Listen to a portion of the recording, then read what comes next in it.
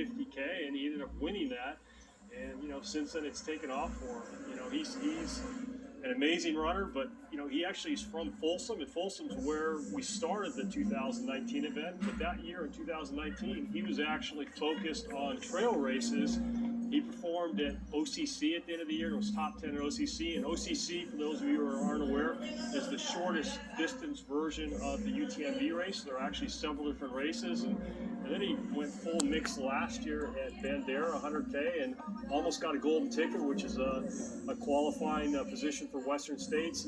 He was third there, and since then he's been training, and now he has an opportunity to really showcase what he can do over 100K. So Cole Watson, again, outstanding runner from mile now to 100 kilometers.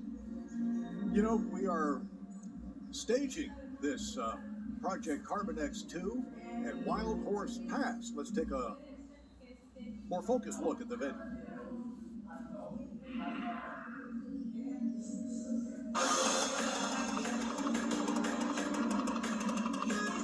Here in the Sonoran Desert, where life often moves very slowly, Wild Horse Pass Motorsports Park is a world-class venue of speed that Hoka has contracted with to host Project Carbon X2. The venue is flat and sits just south of Phoenix.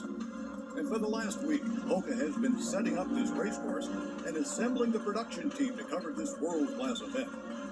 Broadcast professionals from around the country have joined together to support a field of top professional runners as they seek to rewrite the record books and enlarge the history of Wild Horse Motorsports Park.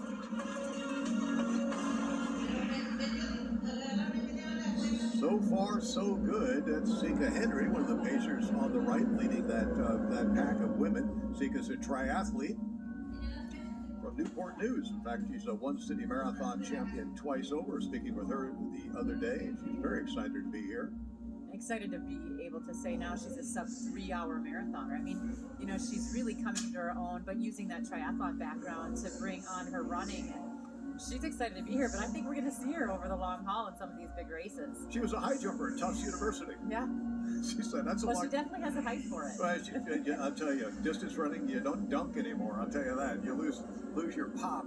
Oh, I don't know. I like to get on the court a little bit, Tone.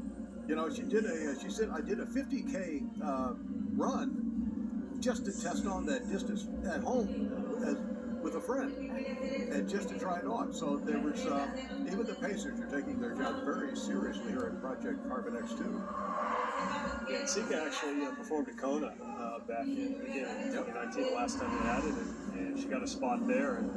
And that was her first full long distance Ironman. But there is a lot of commonality between ultra running and full distance Ironman. You think about the time that these athletes are out there. So, running 50K for Sika really isn't that big of a deal, I tell you, because again, these triathletes are training for half Ironman. You're looking at 4+ hours for most of these athletes to be out there, and full distance triathlon. The lead athlete's going to be out there for 8-9 hours plus. So, for her, she's used to this sort of distance, and she's just pacing today, but maybe there's a future for her just in ultra running. Well, she ran the Tidewater Marathon at the end of November in 2:57, just started as a training run. So she's ready for this effort, doing a good job as a pacer right now on the women's side. Raj Manu, Joaquin Lance, is that Ben Robinson you're saying this? Yes. Doing that. Ben, 27 years old, out of Pennsylvania, went to Lock Haven University. He was a member of the U.S. Sky running team back in 2018. He's an Ultraman, and he's got the Ultraman stride. Yeah, Ben's again similar to Danny Moreno. I would call Ben a short trail athlete, at least so far. He's also run many international trail races, but he excels at races that I would tell you are maybe 2 to 3 hours at length. As far out, he's actually done well in OCC as well. He's been the top American at OCC, as we've mentioned before, and he's just joined our team recently, but outstanding trail runner. Excellent trail runner, but also he works full time in the finance world. I mean, a lot of these people are doing these long races, long training, but they're working all the time. And he did say that, being at home has helped him to be able to get in some more mileage, but when he was in the office, it was tough. But I love Raj's, backstory. Talking about being a kid and struggling a little bit with his weight, then getting into the sport, dropping quite a bit of weight, and really finding himself out on the roads and on the track as a youngster. And now, doing such great stuff here. And what I was interested when you were talking about before, to know that he can compete with Peyton, obviously, who's up in front of him. But right now, for him to have the confidence to not be right on their shoulder, I think that's a really big attribute to a lot of these. Like even Camille right now, we can't say she's out of the race. She's not right with Carla.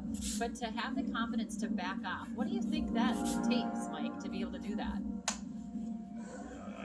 I think you're right on. It takes a lot of your just internal confidence in your ability, and also understanding perhaps how to manage yourself, because ultimately, that's the one thing you can't control is what you're doing out there. One of these athletes goes off and does something, shoots out of the lead or slows down. You can't control what that athlete's doing, but hey, in this case, Raj can only control himself, and that's the most important thing out here. And, he knows that even though he hasn't run 100K, he's run 50 miles. He's had a good swing at 50 miles, and he knows he's going to be out here for a long period of time. So if he can just manage himself and not worry about anybody else, then he's going to give himself the best chance to have an excellent effort. Yeah, amazing. Well, let's hear from Raj. He talked a little bit about his past with us earlier. New Year's Eve of 2006 going into 2007, I took the back of a cereal box cover and I ripped it out, and I took a Sharpie and I just wrote my goals. And I think one of them was run a mile in under 6:20 and lose a certain amount of weight. And I did those things within a couple of months. I lost about 40 pounds, and I was running the weekly PE mile. But other than that, I didn't really have much of a running background. See, as you can see here, He said he was very overweight as a kid, but he had a... you just lay out the sketch.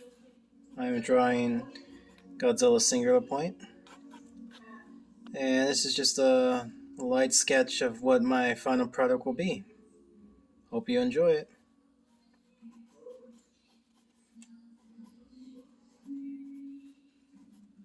That's what I like to do. I like to get a good idea of what I'm going to draw.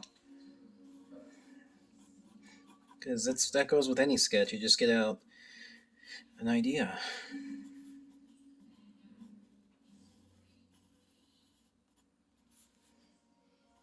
More to come.